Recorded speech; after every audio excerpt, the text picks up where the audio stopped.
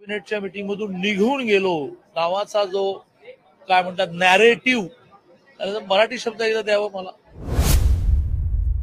100% fee माफ, 50% आहे ती 100% फी माफ करण्याचा निर्णय म्हणे कॅबिनेटमध्ये फायनान्सने फेटाळला. असं झालं नाही, असं होणार नाही. थांबले होते, त्यामुळे मी कॅबिनेटच्या मीटिंग मधून निघून गेलो नावाचा जो काय म्हणतात नॅरेटिव्ह, त्याचा मराठी शब्द एकदा द्यावं मला. नॅरेटिव्ह क्रिएट करण्याचा प्रयत्न चाललाय तो चुकीचा आहे.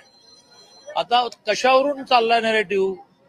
तर प्रोफेशनल कॉलेज मधल्या मुलींची 8 लाखापेक्षा कमी ज्यांच्या पालकांचं उत्पन्न आहे अशांची 100% फी माफ, 50% आहे ती 100% फी माफ करण्याचा निर्णय म्हणे कॅबिनेटमध्ये फायनान्सने फेटाळला. असं झालं नाही, असं होणार नाही.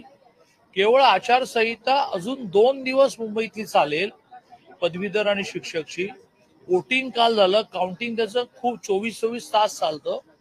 काउंटिंग नंतर ज्या वेळेला सर्टिफिकेट दिलं जातं, मग निवडणूक आयोग आचारसंहिता मागे घेतली, आचारसंहिता संपली असं नोटिफिकेशन काढतं. तोपर्यंत तुम्हाला कोणतेही मोठे निर्णय मतदारांना आकृष्ट करणारे करता येत नाहीत.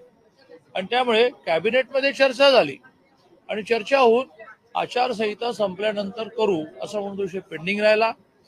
राज्याचे मुख्यमंत्री आणि दोन्ही उपमुख्यमंत्री मुलींच्या शिक्षणाच्या बाबतीत इतके संवेदनशील आहेत की असा विषय कोणी स्वप्नातही आणण्याचं कारण नाही.